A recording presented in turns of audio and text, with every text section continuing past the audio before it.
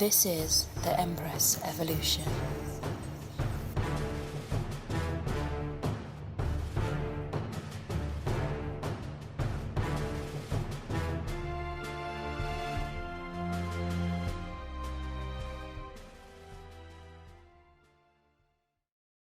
Welcome to Earth School, fellow philosopher. Spoiler alert, you're a multidimensional being with powers you may have thought only existed in stories. Faith or folly, round here we do it all. Many lives, many levels, many masters. Whether it's learning how to cook a healthy meal, navigating the spiritual life, processing our feels, or saving the planet, we're here for all of it. This is the Jessamyn Shows, presented by Empress Evolution. Welcome, Kevin Walton, aka Source Radiance. Nice to have you here. Yeah, you're the second guest on our masculine male mentor series titled Mouthwatering Manly Men. I am honored. I'm honored to be on such a platform and to be number 2 in the order. I think it's dope to be on the early onslaught of this because it sounds like it's going to be a really phenomenal movement and offering. So grateful to be here. Yeah, we're pretty stoked about it. We kind of just dove in. It was one of those things where we got like the divine guidance to just go ahead and start making this happen. You know, not worry too much about making it perfect right out the get go, and just going for it. So, but I would love to just kind of hear a little bit about what it is that you do, because you do a lot, include make music, you act, and you're very involved in spiritual mentorship. So yeah, why don't you just tell us a little bit about you? Okay, so I have, aside from the music, and which I songwrite, play some instruments, rap, and that was something I was doing as a very focused aspect of my life. And then through that, I got into acting and writing, and I've directed a couple projects too. So in that whole filmmaking world, and still continue to do that. The music I haven't been on as much, but it's still in me. So I always have that desire to write and do the music, and all of that's been a huge part of my life. And then the spiritual aspect and being a transformation specialist and activational speaker and spiritual guide, it's something that's been a very centered, focused foundation part of my life for my own personal journey in the access and the evolution of it. And then organically stepping into this role as more of a leader in it, more of a voice in it, more on the leading edge of urging moving forward. So in that, though, I developed a practice that I call Creatorhood that I've been guiding on for over 10 years. And the practice is a comprehensive life path and spiritual endeavor that brings everyone to a greater embodiment of the truth of themselves, is what I like to break it down. The journey of living your fullest authentic expression in the unlimited creative potential that you are. So it's based on understanding the structure of existence, how consciousness works, the understanding of internal cause, external effect, model of creation, emotional intelligence, imagination, and understanding those nexi, masculine and feminine principles of energy, which is a huge portion of understanding that aspect, sexual energy, all the dynamic, it touches on everything. And the whole premise of the practice and the journey of it for me was how to take this massive multidimensional concept and bring it out of the world of abstract into a practical everyday way of existing, that you can live in that capacity of awareness, but it be something you apply every day. And that was what prompted me to design the practice, was to find that space. And so I call it, as a reference, the art of living from truth, understanding what truth is and my definition for it, and then the way that we guide people to have that as a reference point through their lives, to step into more so that we can evolve humanity into a greater expression of where we can go. So those are all the things. And the speaking came with that, and being now brought into different spheres of life, being able to bring this into the corporate world, into the entertainment world, into, more spiritual communities. It's been able to transcend all those different kind of barriers or divides and kind of bring this into those settings, which is my focus anyway. Everything I do, it's always about integration, how it all comes together in a unified way. And so those are some of the different things that I do. And I'm finally writing books on the practice because people have been asking for that for a long time. So I'm working on those aspects of it too now. Wow. Do you ever take time off to do nothing? Because it sounds like you're just going from one thing to the next. I mean, obviously you're like very much in alignment with your soul purpose, and then you're just like getting all these downloads to do this, that, and this. Like, I mean, do you take time off? Sometimes, in a way, I mean, I genuinely enjoy everything I do in my life. So I'm like, I thrive and expand in it. And I wouldn't say it's time off, but there's very dedicated spaces of chill time. You know, I'm a father too, so I have my son. He's 10 years old, and time with him is paramount, not negotiable. I do have time where we'll hang out friends wise, come together. And we spend time doing different things. But a lot of the people in like the light beings community, which I guess I could have mentioned that too. I founded this group in a community called the Light Beings Community, which was a designed initially to be a sacred container for people to just come and experience themselves fully and be guided without judgment, and whatever you got, bring to the table. And then it turned into a community, and I now got it structured into a ministry so that Creatorhood can become a certifiable spiritual practice and all of that stuff that we're building on. So when it comes to hanging out, it's mostly with all my people's in this arena, and we'll vibe and we'll chill, and we always end up having in-depth conversations and, you know, flow in those ways. But I'll make some time. But the call in my heart is the majority of that is always dedicated to wherever we can keep going with the purpose. But I definitely make some time, and especially with my son, it's so important that he gets quality time with daddy, because he loves everything I do. I bring him to me to everything, but you know, there's nothing like that one-on-one presence and time that we have. And now that I've been like dating, I was exploring with a friend of mine that we're now dating and together. That's been the other piece too, where navigating having a romantic partnership while you're living a purpose that is like thriving in your heart. So that's been another space of navigating. But I am always looking to refine to the best of my ability ways to make time and optimally be present for every aspect of my life. Yeah. That's awesome. Yeah, I have a 6-year-old son, and I see the same thing. Like, time with him is non-negotiable, and if anyone tries to come between that, it's like, you watch out. Exactly. It's like, it don't work that way. No, and any, you know, and it comes to relationships too, because it's like if any partner tries to get in the way of that, I mean, sorry, that's 100%. yeah, you got to get out of here. So I'm curious how this work that you're doing, like when you're bringing him along to the different things that you do, I mean, that just seems like extra level of parenting. Not like it's more challenging, but like level up, everybody, like get on this level. Like how do you think that bringing him to the work that you're doing is helping him develop as a man, as a person? Well, first and foremost, I feel like it keeps him in the sphere of that frequency. And the way that I raised him and have been raising him,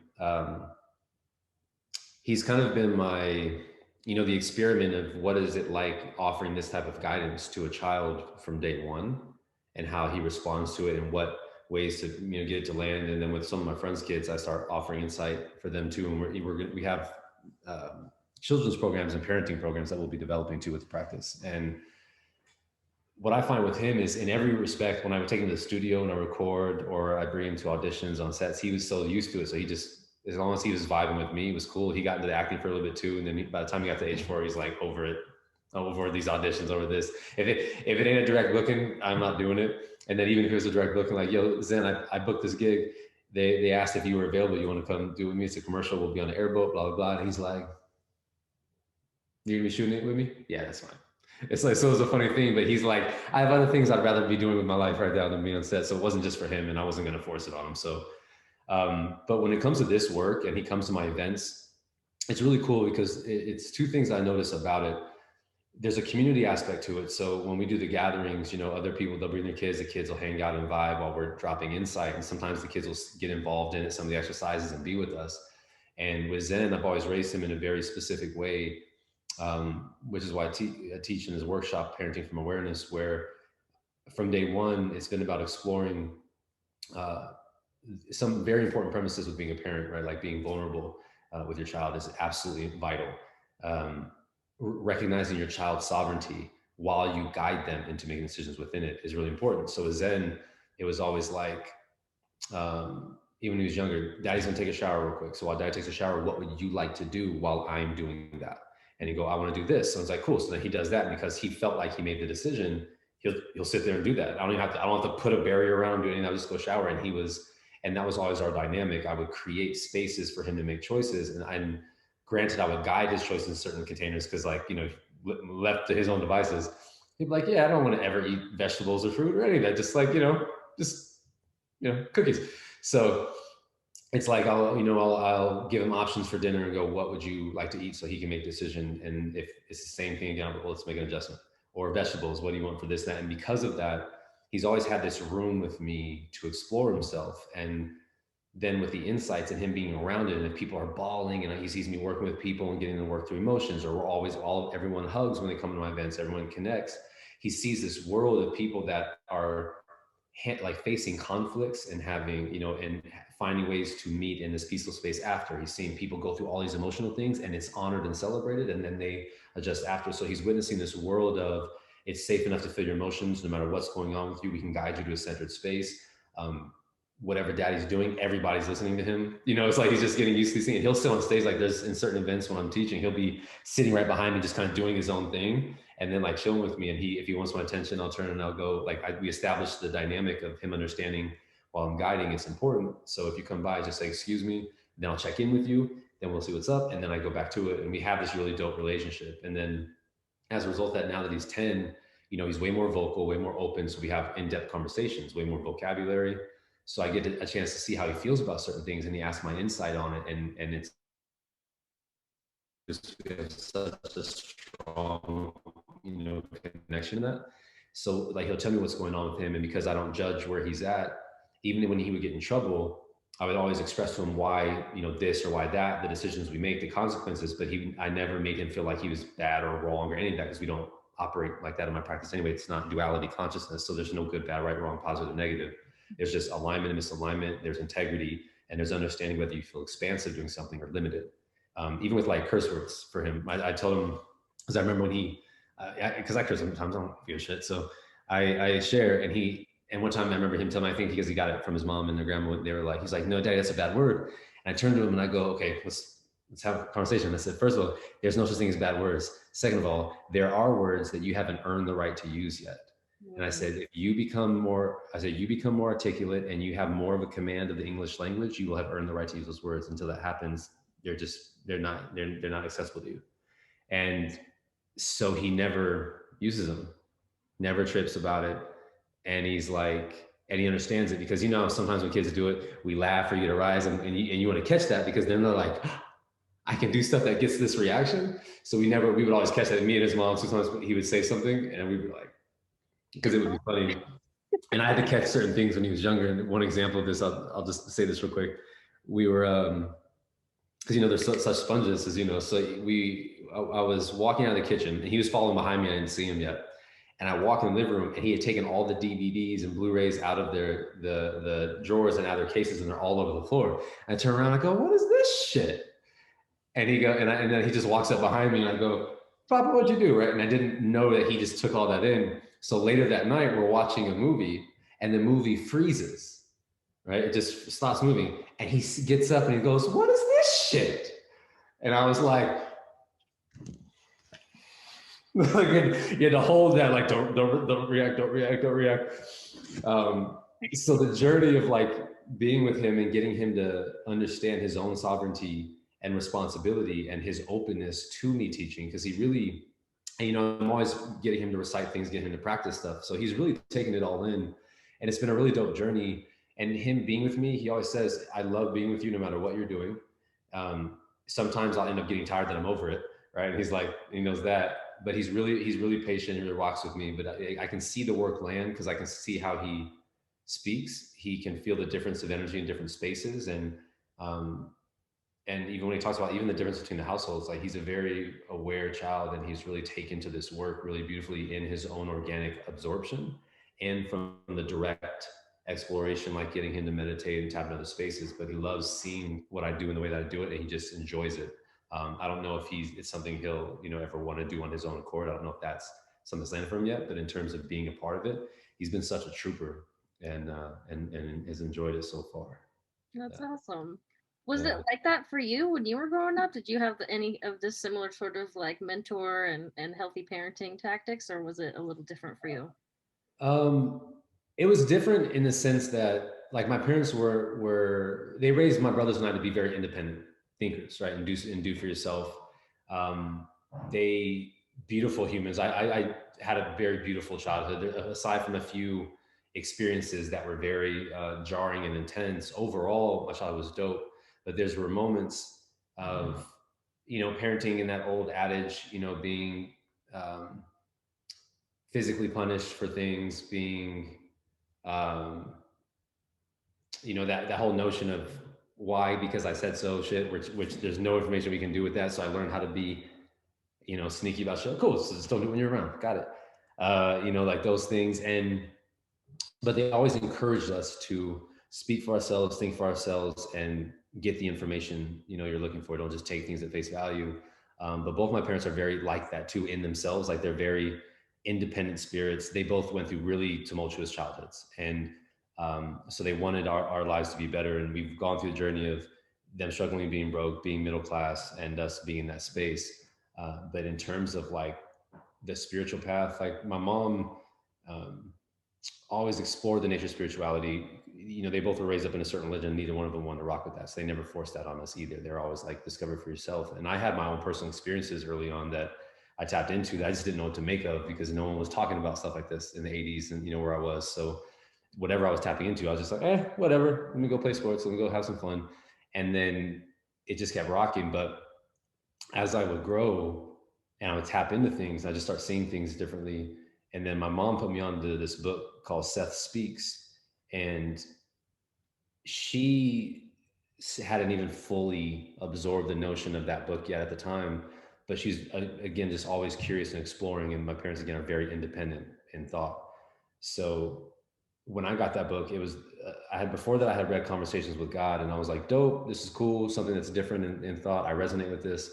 When I read Seth Speaks, though, it was like everything in that book was saying exactly what I've been experiencing to the degree I've been experiencing it. And it was the first time I was like, I'm not crazy. I'm not crazy. There is something to this shit. What the fuck? And so then that was like my spark to dive in. And that conscious decision of, okay, whatever I'm tapping into, I want to know more. That opened up this massive waterfall effect of like, from that moment onward and through college, this flood of information will come through. But I struggled with it at first because I was wrestling with the idea of who I thought I was and how I was supposed to be, and this information that was getting increasingly more undeniable, and then me being super revolutionary. So I would like tap into this truth, and I'm like, and I'm going to use this to destroy every oppressive regime in the world. We must overthrow. And it was like, and then I realized something about that is also perpetuating the shit that I want to change. So I had to come to that grit too, and have those jarring moments that would knock me on my ass, as the truth so eloquently does. So for me, that was like our upbringing, was just the desire to be your own person, be responsible, show up in the world, and contribute to the world. Because my folks were like that too, very much involved in community and just wanting to see people thrive and grow. So that part for sure, without doubt, has been the like standard of my family for our upbringing, because my parents are very much like that. That's amazing. Yeah. Sounds like your parents are pretty rad folks. So I'm inclined to agree. They are very much so. When did you Even now, just one thing I want to notice, even now, because when I grew with this embodiment more and the insights, my mom and dad, they both watched me evolve in a rapid space. And so my mom now is and has been, as I've been on this journey, willing to take her mom hat off and actually receive guidance from me too, which has been the coolest thing. So she's like, 'cause she can see it, the embodiment of it, the realness of it. So she's willing to do that. And my parents both are like that. They don't let the idea of being a parent, in that ego sense, get in the way of like, whatever you're tapping into is legit shit and it works. So, and then so she would bring questions. And then because of my practice too, she would always check in with me to see how I'm doing with it. Am I in alignment and everything? So it's been really cool to have that piece involved too, where they're open to it, support it, and willing to receive from it as well. I'm like, tell me all the things. I want to know these things that you're teaching. So I got to check out your programs. Yeah, come rock with us. Come rock with us. We love to have you. Both of you. Yeah. So it sounds like you have like a really healthy sense of of self, right? And that serves you really well when it comes to expressing yourself artistically and putting yourself out there in the acting world. Like when did you first like start getting into music and acting?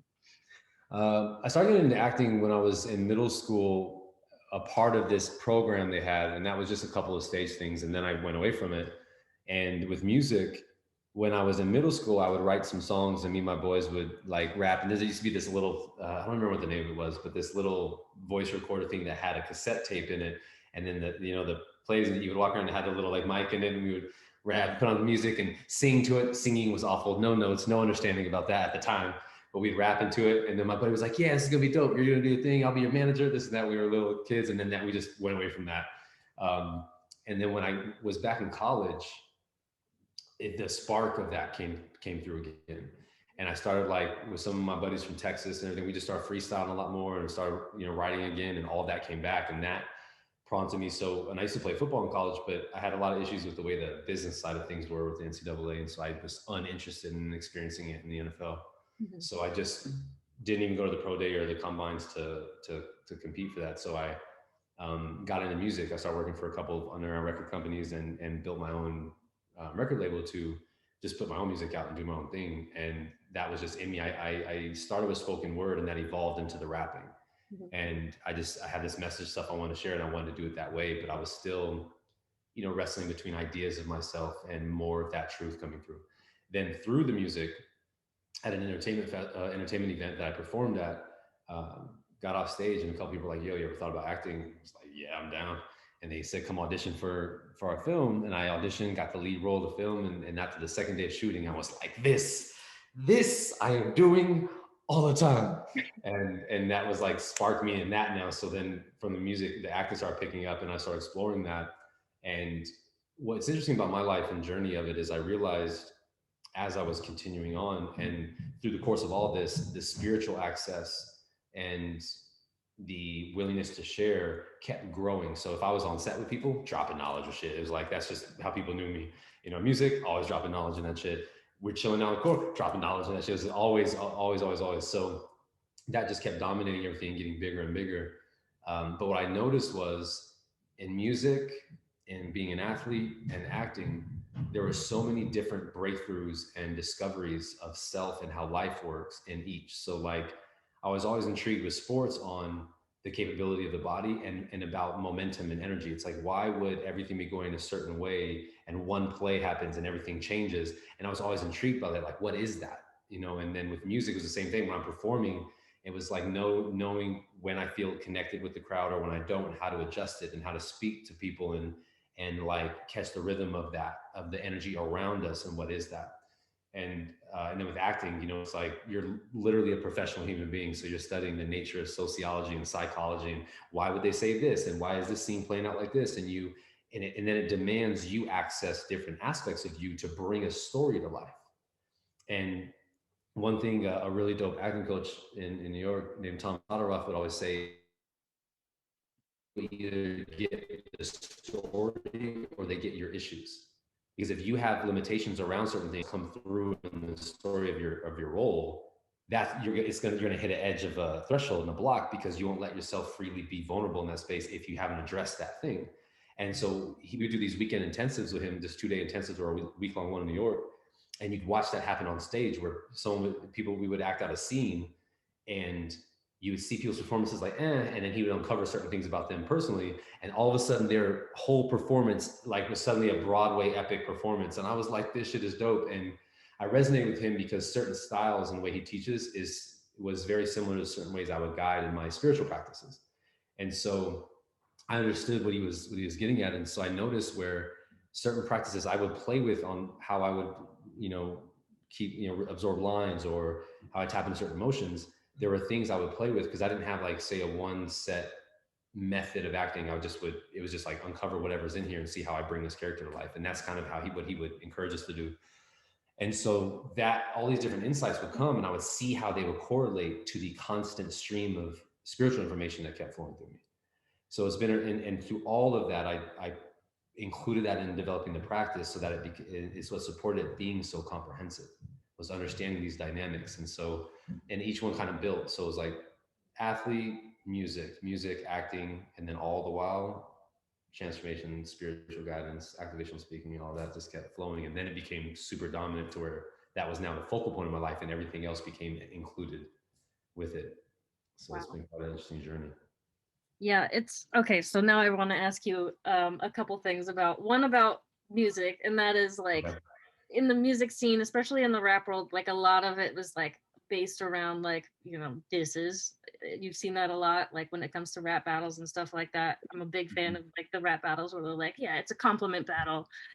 Huge fan of that. But there's just Yeah. like there's so much ego in that world about like it's all about like who you are and you should be this amount of tough and um you know Mhm. it's just I wonder how you navigated that. And then also when it comes to the acting, like if you're embodying a different person, like are you taking time to clear that energy from your being? Because some people say that energy can remain in your body and kind of affect your personality. So kind of Yeah, only if you're not in command of yourself, and that's actually a really important. I'm glad you brought that up. That's really important to navigate because this also applies to two really important misconceptions about life. So to your first question, I was in that shit early on. Like even just an athlete in college, 20 years old, 21, like, yeah, I'm tough, I'm hard, I'm a man. Like we get in fights and we was all of that. I was in all of that. And that was part of my inner conflict between this idea of how I think I had to uphold myself and then the ways I really felt. Even in regards to women, for a solid portion of my life, I always kept things very casual in certain ways. And so being in a full-blown communication was like, not my thing, not rocking with it. Although my desire though was to be in that connection. So I wasn't a fan of one night stands, but I would have multiple partners. And if I had multiple partners, I was always honest about it. But not even a but, and in that,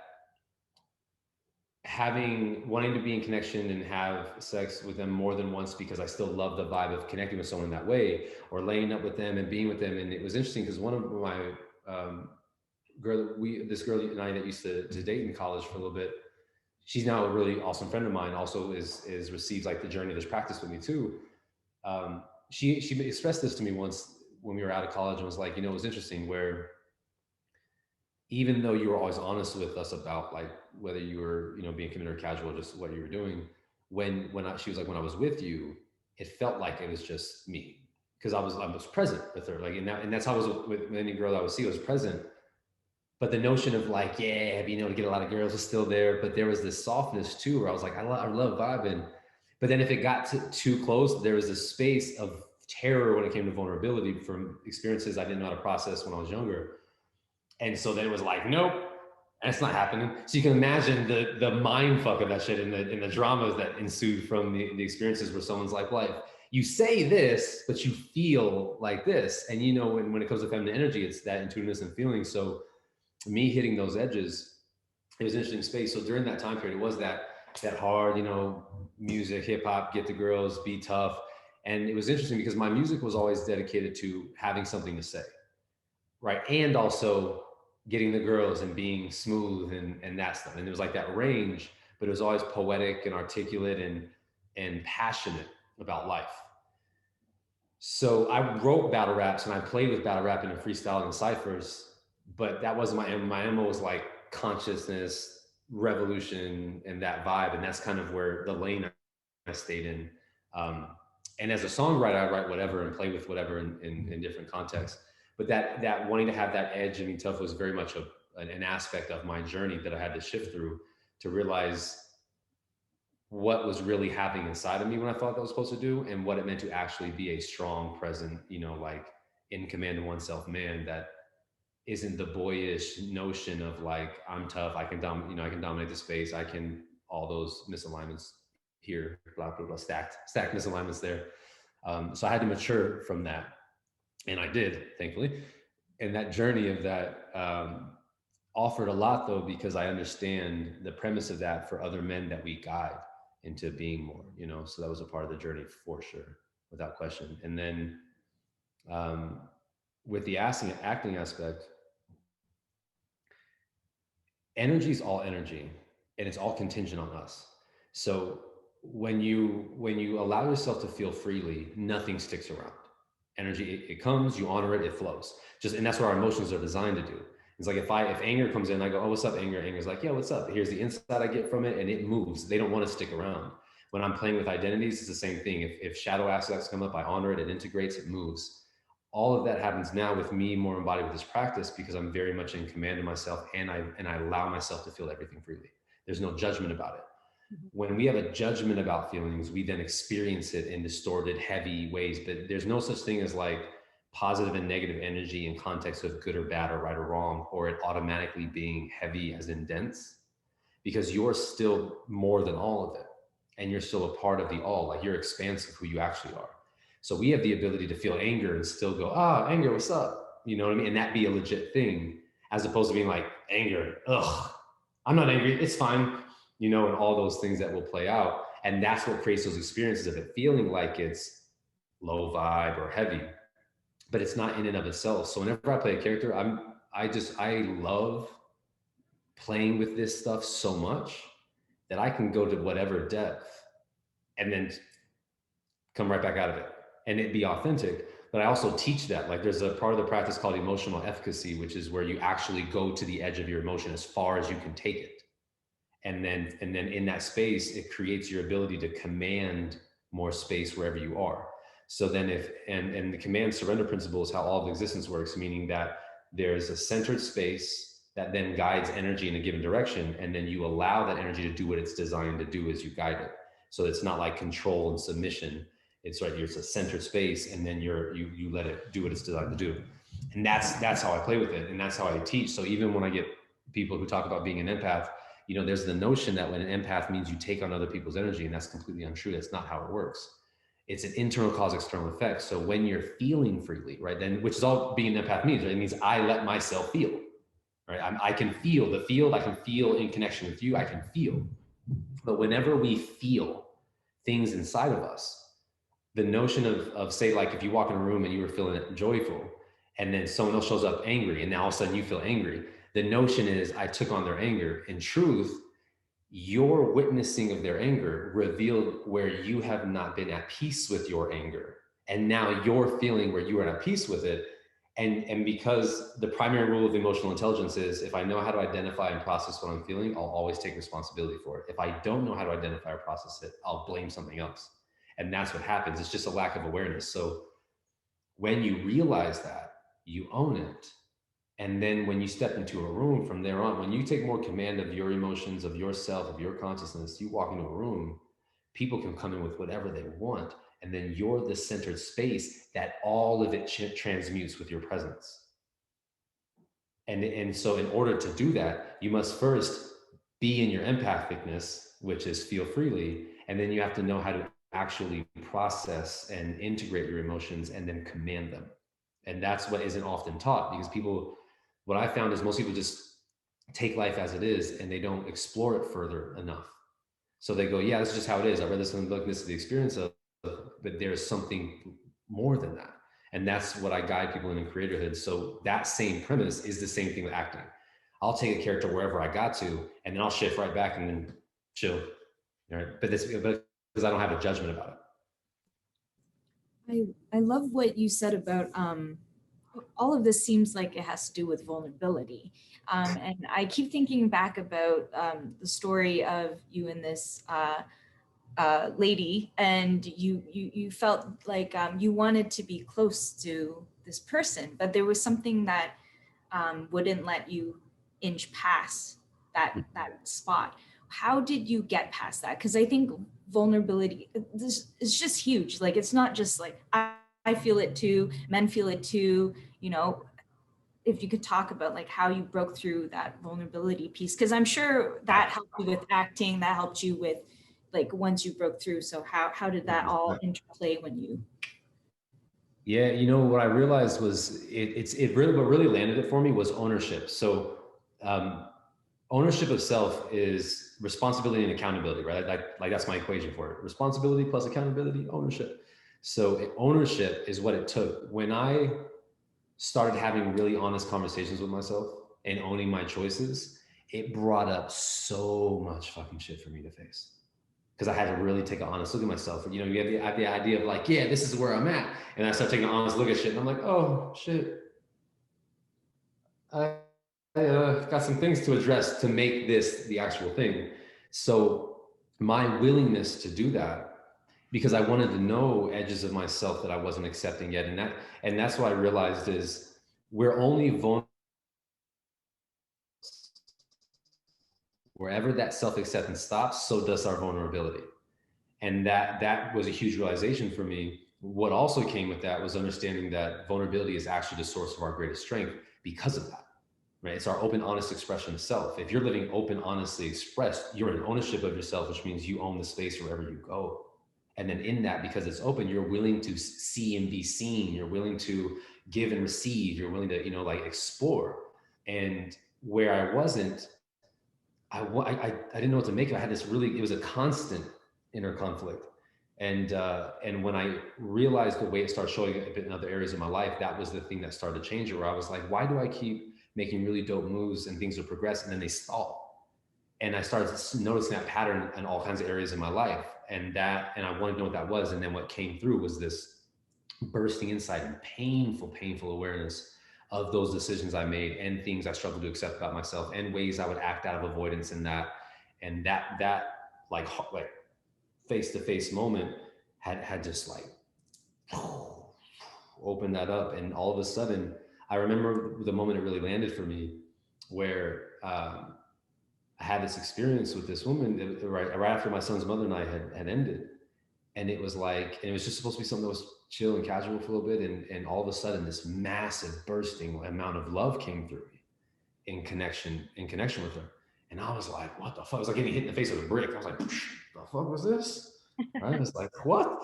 And when I was in it, I was like, cool with it. No fear came up, no, any of that. And I shared with her how I was feeling, and fears in her came up, and she didn't reciprocate the same. And I was like, awesome. I was like, this, because I realized at the time, I was like, this is for me. This is what love is designed to be. It's actually in us to come through for us to embody and use, not for us to think it's about another person. And so, and because the love that came through in connection with her, it was as intense as the love I felt with my son. It was like that amount. And when it wasn't reciprocated, it was the first time I found myself fully in my vulnerability with no fear. And that's when I realized what got me there was the willingness to own myself. Me owning myself brought me to greater self-acceptance. Me getting greater self-acceptance, more vulnerability. Now I experienced greater connections with others. I was more freely expressed in myself. You know what I mean? By that point, I'd already stopped drinking alcohol for years. So I was already having fun on my own without extra shit. And it was like, and it just kept increasing. So that's a huge piece of it, is that ownership of self, and then recognizing where you don't accept yourself in order to make peace with that, to open up your heart more and to stay with that open heart. It's huge, because it really is a source of our greatest strength. I'm feeling so many things right now. Yeah, it's important, because transparency is a very vital part to life being sustainable and synergistic. And that's what we teach a lot with men, is, now realizing just how important vulnerability is. And obviously with women too, just realizing how important it is, and that it's not a weakness. That like vulnerability is not the same thing as perilousness. And perilousness is when we feel like we're in danger, right? And so people automatically equate that, but they're not the same thing to me. So, and I'm very specific about language so that there isn't confusion in my practice. Like, I have definitions for everything. But the vulnerability was a realization for me. The more vulnerable I was, the more creative I was. The more vulnerable I was, the more in connection with all life I was. The more vulnerable I was, the stronger I felt in every setting. The more confident I felt in every setting. So it was a huge recognition that became a huge catalyst to me developing and strengthening and unfolding the practice. Yeah, I'm like, I want to send all of the men that I have ever dated to you. Legit. Tell them to come on. They would even listen to me anymore. I mean, that was the other thing, is that I found that a lot of times in my relationships is that these guys it was like they didn't want to hear what I had to say, because they thought like I was either jealous or crazy, because I have a very strong intuition. And sometimes they just be like, oh, you're crazy, and like blah, blah, blah. And then, time goes by and they're like, actually, you were right about this person, or you were right about this one thing.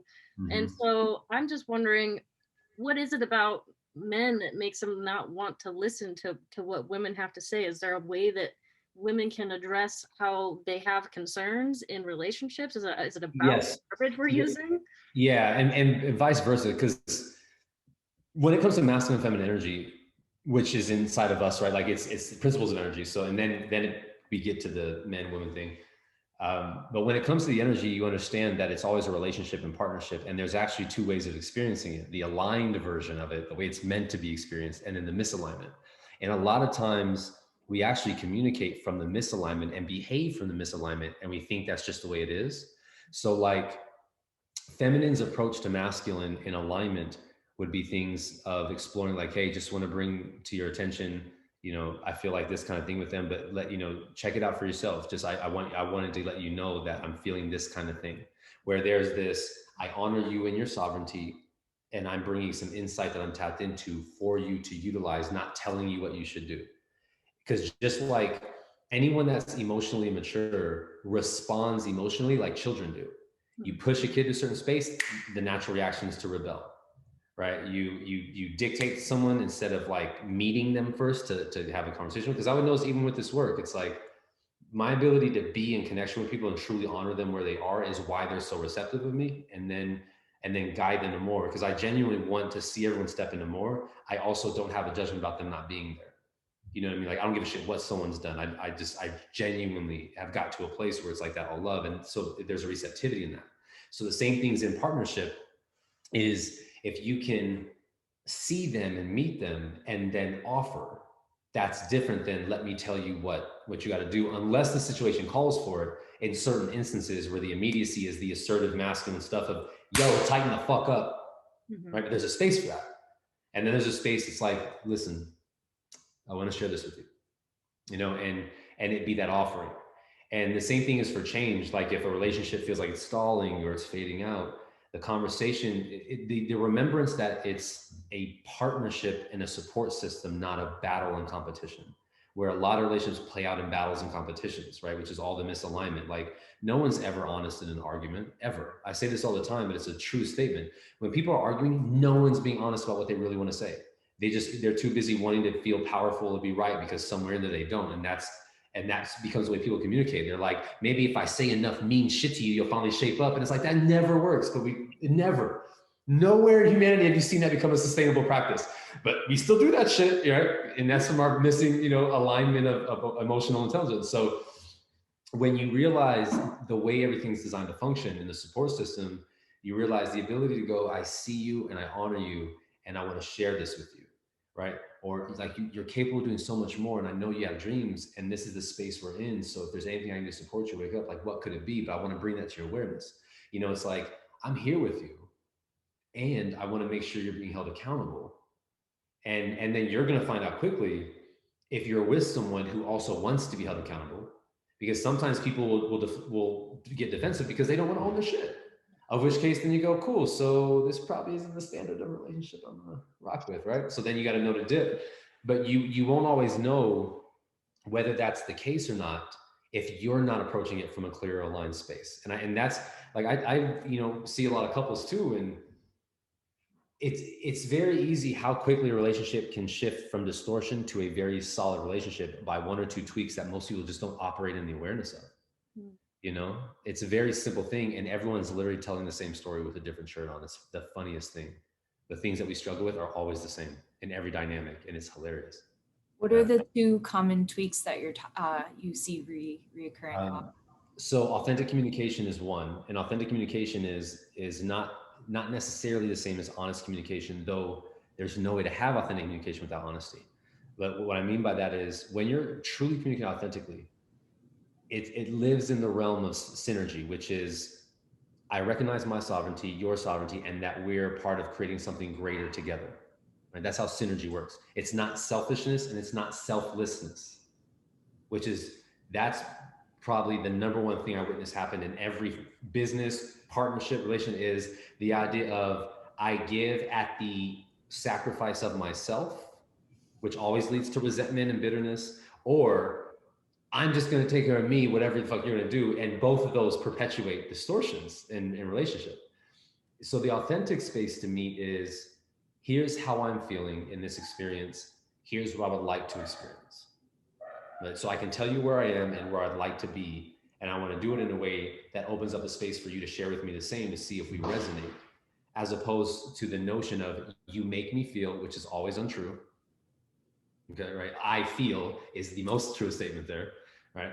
You make me feel, you're doing this to me. These things perpetuate it too. So the ability to get people to own themselves is the main tweak that would transform 85% of relationships in the world, right? It's that lack of ownership of self. And then the recognition that you are choosing to explore with someone, which means you're choosing to consider them in the things you do, not let them dictate what you do, but consider them in the things you do, and to know the difference between what things are yours to have in your own sovereignty and what choices to make in consideration of another.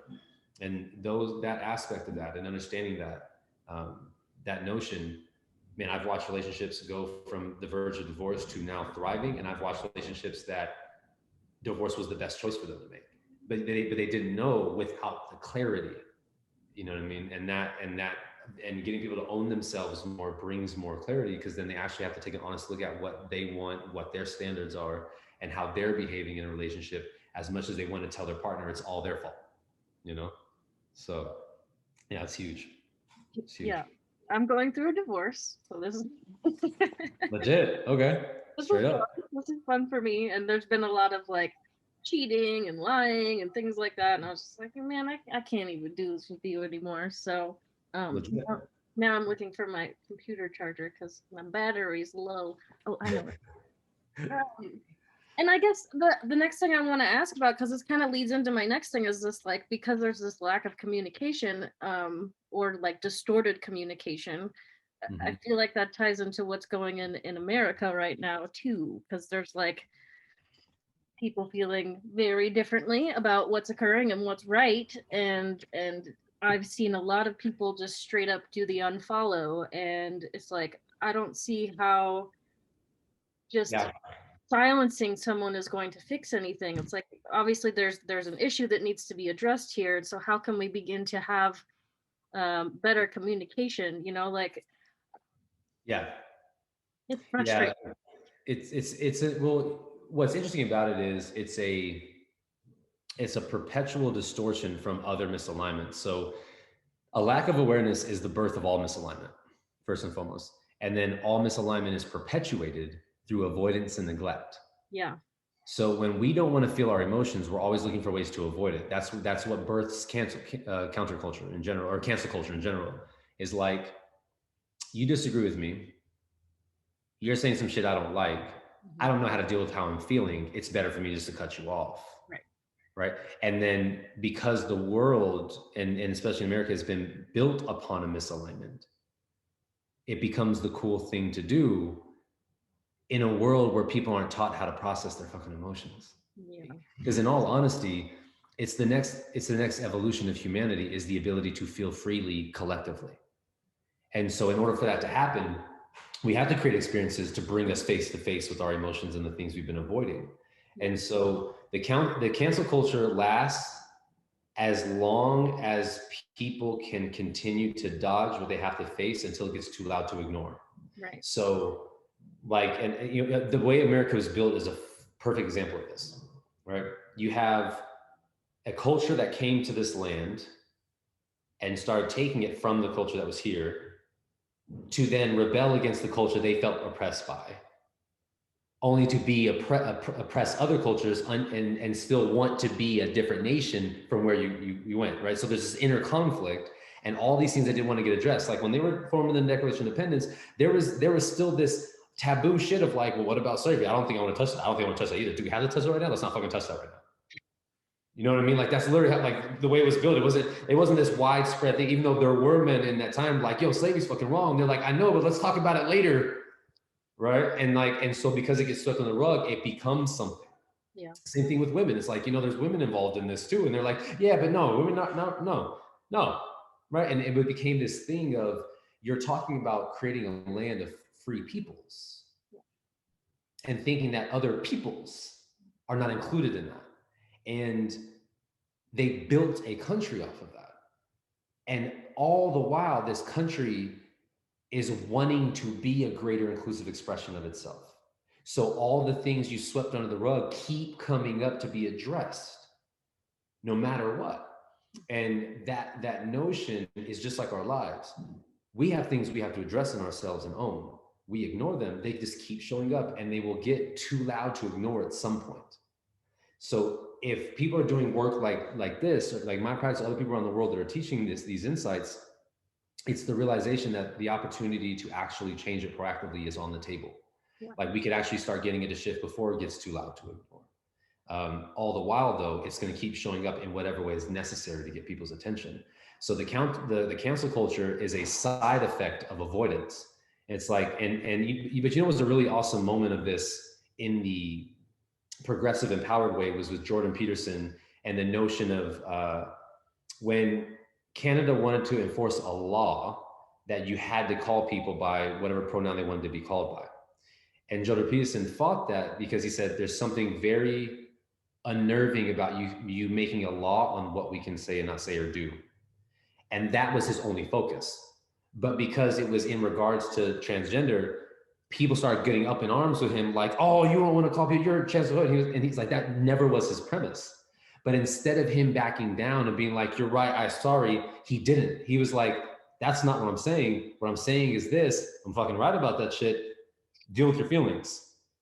And because he stayed, all of it started to die down and die down and die down, because then people started realizing, oh, he's actually, what he's saying is actually this. And I agree with him. And it was, and so when a world doesn't own themselves, when things like that come up, it perpetuates the narrative. So when you have politically correct people are like, oh, you're saying this, that means this. And it's like, that's not what I was saying. It's not what I mean.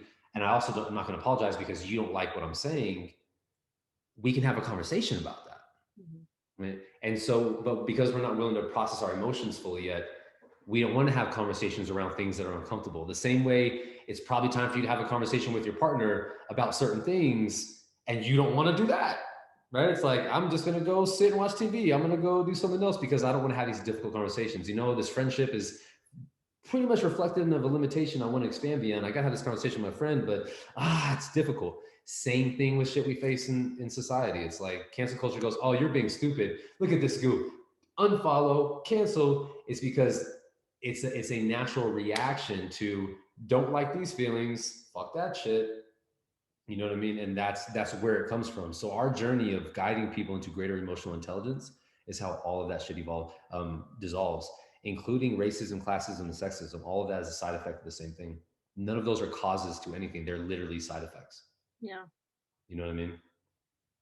Yeah, it's tough. I mean, I cried to Stephanie yesterday because of some unfollows. And I was just like, I'm not crying because these people unfollowed me. Like, I'm crying because these people are unwilling to even have a conversation. And how is that going to fix anything? Like, if two people have different viewpoints on something, like, let's talk about it. Because maybe we have similar viewpoints and same goals, but we're just seeing things a different way, you know? So it's heartbreaking because I want to see people come together.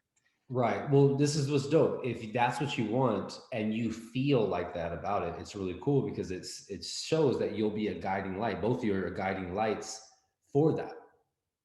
Along the way, though, right? People are going to hit their shit. They'll hit the thresholds. And what I would convey to you and what's important to know is that's very much a part of the journey, right? It's not a sign that it's like, fuck, how long is it going to take? It's a sign that you're moving right along. Yeah. Because everyone's going to land there on their own time, right? Everyone's going to land there on their own time. As long as you're still staying consistent, holding the mantle, you'll be the beacon to remind them. Because I had people in college, when I would drop insight about life and this stuff, they all thought I was fucking nuts. They were like, yo, that's Dub. He's just crazy. It's fine, whatever. And then 8 years later, they called me out of the blue. Like, yo, had this experience. I was reading this book and this and that, man. I remember what you were talking about in college. And you're probably sitting there like, man, y'all are all stupid. You knew this shit all along. Like, they just had their moment, right? And for me, it's about that. It's like everyone's going to land in their moment. As long as I continue to keep the light shining, everyone's going to see it. Mm-hmm. And that's the journey for you. Some people will step away. Some people will hit it. It happens all the time in my practice. Like, people love my practice, and then it'll touch on certain things that they struggle to accept. And it goes from, this is amazing, to fuck you, Kevin, right? And I'm like, cool, here we are, what's up, right? And because I'm open to have a conversation about anything, people go, I find this offensive. I go, tell me about that. Let's talk, right? And we want that. And so our journey of, so for you, here's what's cool about sadness, right? Sadness as an emotion. There's 6 emotional conduits, and we experience them as a gateway or mature form. Sadness is a gateway. The mature form of sadness is gratitude. When you experience sadness, there's the idea that you're losing the connection of something you value. Okay. Now that's all it's saying. So it shows you 2 things. 1, what you actually value and what matters to you. 2, that you're in a distorted perception of thinking that it's lost, right? But we don't ever actually lose anything. And that can be a whole nother interview conversation in itself. But the notion of that. So when sadness comes in, it's like, I'm grateful that I've tapped into and found something that really matters to me, that I have the opportunity to be a voice for, to move in. And I can honor everyone's journey of reaching that place when they're ready to do it the same way I have. Yeah. And if that part of that journey for you is to unfollow me, I can honor that. And with that, I'll keep in my heart intact, keep going forward. So that's the beauty of what you're describing, of like, man, it felt heartbreaking. Why? Because you give a shit, which is dope. Now that we know that already, take that same energy and feel the gratitude for people doing whatever they're doing on their journey that will lead them there, no matter how long it takes. Yeah. Right? As long as you keep the conversation going, you keep bringing more awareness to people. That's all that matters. Yep. Yeah. Yep. There is no like right or wrong. It's just the journey, you know? That's it. There's no right or wrong to this. The only thing that's asked of us is the consistency of staying with it. Yeah. You know? So we'll continue to evolve humanity and see the cancel culture fade, but the cancel culture is heightened because we keep bumping up the edges of things that's got to be faced. You know what I mean? Whether people like it or not. So they can do that cancel culture all they fucking want to. I watch people do that all the time and still have to face their shit. And it's like, and so that's it's like, oh, cool. You don't want to find it that way? Don't worry. You'll probably create it with one of your friends. It's cool. Have fun with that. Oh, you want to unfollow those people because you don't like what they're posting? No worries. I'm pretty sure you'll have a conversation with mom. She'll bring that same shit up to you. It's fine. Like, you know, it's like, there's no way around it. You're going to face it one way or another. So cancel. Fuck. Yep. Yeah. So it's just a part of the journey. But it's one of those mechanisms that are acts of avoidance. That's really all it is.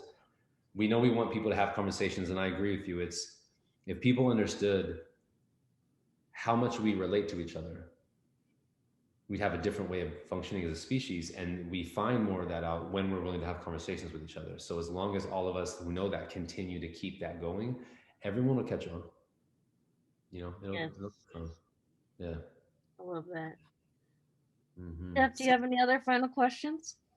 No, I got so many messages and download from you, and I could see when you're in it. I can see your aura, and it's just so beautiful. It's flowing right through you. So thank you for everything you've said. It's really helpful for me personally, and I'm sure for a lot of people trying to hold the pose. I like to say, right? You stand the ground.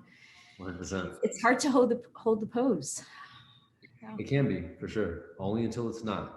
Keep that phrase with you, right? Only until it's not. Mm-hmm. The more you increase your capacity, the more effortless it gets to maintain that. And that's the journey you're on. And that's the other emotional piece. It's like, feel what you feel along the way, honoring that. Because when you feel the intensity, that's literally your embodiment expanding to be able to be that unwavering space.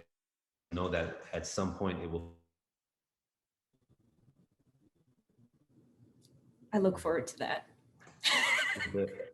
Thank you for the hope and the encouragement for everybody. Thank you for doing the work. It's important. Yeah, you're a dope male mentor. We're super fan of you for sure. How can people get in touch with the work that you do? How can they find you? So my Instagram, which is probably the most prominent space I am in social media, which is @SourceRadiance. My website, which is I absolutely am going to update that. It's you can either go sourceradiance.com or unlimitedcreativepotential.com. The Light Beings is another Instagram. We have The Light Beings, and we also have lightbeingsministry.org online. People can sign up on my mailing list to get insights, and the Creatorhood practice that I've designed and presented to the public outside of the spiritual journey is Creatorhood Initiate Training, and it's 3 phases. Phase 1, which is 8 weeks. Phase 2, which is 6 weeks, and phase 3, which is 4 weeks, is a course that I've designed that is virtual and in person. Right now, we've just been doing the virtual because of the whole COVID thing narrative, and then going into there's a leadership training for it, and just ways that people can get more involved. So people can reach out to me on my Instagram to get a hold or sign up on my mailing list, and I put out words about when the next rounds will be coming. We're finishing up another round of phase 1 and phase 2 next weekend. And so the next launch I will have for CIT will be most likely in April, I believe. I'll launch the next 2 phase 1, phase 2s in April. And then the first round of phase 3 will kick off in the summertime. So people can come rock with us and dive further in the work and all of that. Awesome. And congratulations on, finishing the filming of the 2nd season of the show. Thank you. Yeah, third season. This is the 2nd season airing now. This is the 3rd season we just shot. So very grateful for that we're 3 seasons in, and all the love that everyone's been showing to us for the show, which I'm very grateful for. So that's an honor. So if y'all want to catch us on TV on BET, the show's Sisters, 9 p.m. Eastern on Wednesdays. But yeah, it's going great. So thank you for that. It's a blessing. I'm really honored that you took the time to talk to Steph and I and all the people that get to listen in and soak in your source radiance that you're emanating. It's really good stuff. Incredibly grateful. Thank you. All right. Yeah, well, I love you guys, and thanks again, and we'll see you around here. Yes, we will. Thank you so much.